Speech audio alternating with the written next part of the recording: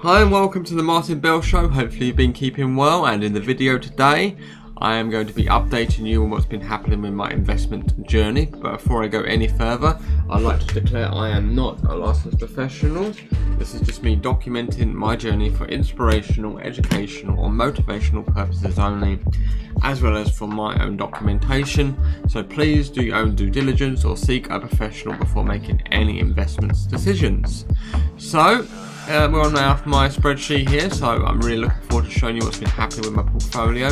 My mindset is so much stronger in my investing journey now. It feels more certain that my path is going in a better direction, and I've given up more bad habits and really some bad habits. Not bad, but habits that aren't always good for you, but I didn't take them to extremes. So for example, now I have completely given up drinking.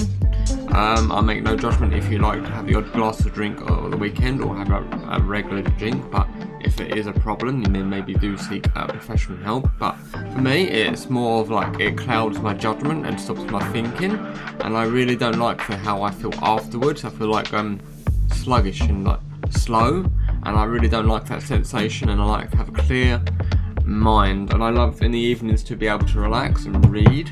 So if I have a drink, I can't stop that, and I feel like now drinking, if I drink anything at all, even one glass, it's going to slow down my progression and that more than it needs to be, as well as it's building me a stronger foundation of discipline in my mind. If I can do that, then I can do other things as well. So in my SIP portfolio and my ISA portfolio, one of my ultimate main goal is to have my earned income replaced with passive income. So that's what I am aiming to do at the moment. My current wage is around about, after tax and things, £1,200 that I take in every month. So at the moment I am 1.45% complete. So that's nearly 2%, and I have only been doing it for about a year now, and I really do look forward to investing more heavily this year, and definitely a lot more this year, to get that number up even quicker. As well as this means now roughly I'm getting £17.45 a month in, if it's divided up evenly per month. So let's go to my SIP part of my portfolio. Well, no, actually, let's go to our purchases. So some purchases happened recently. So I don't know if I mentioned this one. It was in June. I bought £100 worth of Fidelity Money Builder Income, which is a on the wealth shortlist of Hargreaves Lansdown. And I purchased myself some more iShares Core FTSE 100, ticker symbol ISF, and I purchased quite a no, I didn't. That was a dividend payment. My mistake. Sorry, that was a SIP dividend drip. So basically, what that means is that it bought more of itself. I received a dividend payment the other day. Let's see if I put it in the SIP chart. Yep. So I received around £35 the other day. So that's the reason why it bought 4 of itself. So now every time that 4 is going to buy more of itself, and that number will slowly increase over time. So let's just update that a little bit. So as you can see, the first time on the 14th of April it bought 1 of itself. This time on the 13th of July it bought 4 of itself. So hopefully next time it might buy 6 of itself or 7 of itself, and then I can eventually get it to 8, 10. It's going to be really good to see the progression, to see them numbers go up. So, and as well as I bought a single stock the other day. It was some Realty Income, a favourite of the dividend community, ticker symbol O, and I bought 15 shares of this, around £49.97 all in, with commission and commission and that was the actual price. The conversion fee as well. So £49.97, and that's got me 15 shares of it. So now I have 20 shares in my SIP of Realty Income. So now let's go through with all the things that I are actually in my investment portfolio. So now I have a total of 407 units of the iShares FTSE 100, and the last month quarter it paid 8 pence per unit. So that means if it does the same again, or near the amount, the same 7 or 8p, this means I'll be receiving around £32.56 every quarter, or £10.85 a month, or £130 a year. So I am massively beating the bank, as well as this compounds more over time, as well as you have capital appreciation as well. With interest rates being so low, practically at 0.5%, and with interest rates so low and inflation high, you actually are in negative interest rates, kind of technically, but not officially in negative. So I was going to buy the iShares Developed Market 20 more of that in the ETF, but I may add more into that position another time, probably in the next one, or maybe I want to add some more into some more. I do want to get some more into some funds, and I've also started to do monthly contributions now. I put roughly around £250 every month into my retirement portfolio. 175 at this moment is going into the iShares Core FTSE 100, and the other is 50 is going into the Fidelity Money Builder, and 25 is going into the high income Emeritus High Income, which is some of them are below investment grade, so it's a higher risk, but that's why I'm putting a little bit aside. But it does have a nice yield to it, but I don't want to have too much into it, but I don't mind building it up over time. But at the moment I'd rather have a strong foundation of low risk, quite very conservative, not high risk, and I can sleep well and easy at night. Yes, there may be a crash stock market crash, but I'm not looking to sell 10, 20, 30 years, or actually ever really. I'm investing in that iShares FTSE 100. That's just like the one largest 100 companies, unless I need some cash quickly, which I can't really in a SIP, because you have to pay a penalty, so that would be more my ISA. But I am not normally looking to sell my shares and out of my positions, unless something fundamentally goes wrong. But then if something fundamentally goes wrong in the UK with like the iShares FTSE 100, I think I would rather be leaving the country first than selling my shares. So hopefully you found this video useful so far, and if you have, then please feel free to subscribe. Clicking the bell notification button gets you notified when I next release a video or go live. So hopefully you found this video useful so far. So let's have a little look-see how we're doing. So SIP dividend chart, yes.